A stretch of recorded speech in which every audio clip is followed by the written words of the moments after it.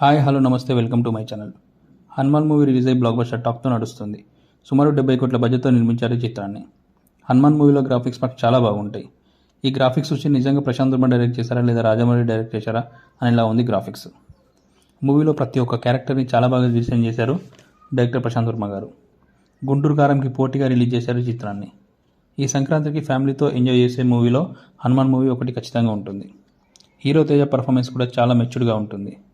Getup scene character కూడా చాలా బాగా డిజైన్ చేశారు డైరెక్టర్ గారు. ఇదే కాకుండా జాంబీ రెడ్డిలోనూ ప్రశాంత్ వర్మ గారు గెటప్ సీనుకి మంచి క్యారెక్టర్ ఇచ్చారు. ఇందులో రాకేష్ మాస్టర్ కూడా ఉన్నారు. ఆయన బతుకుంటే ఇంకా అవకాశాలు వచ్చేటి ఈ మూవీ తర్వాత. లాస్ట్ 20 మినిట్స్ హనుమాన్ మూవీలో చాలా బాగుంటుంది, అస్సలు మిస్ అవ్వకూడదు. Hanuman movie first day collection వచ్చేసి 16 నుంచి 18 కోట్ల దాకా వచ్చాయి. ఈ మూవీలో హీరో అక్క క్యారెక్టర్గా వరలక్ష్మి శరత్ కుమార్ గారు చాలా బాగా నటించారు. ఈ మూవీని ఖచ్చితంగా థియేటర్లో ఎక్స్పీరియన్స్ చేయండి. ప్లీజ్ ఈ వీడియో నచ్చితే సబ్స్క్రైబ్ చేసుకోండి.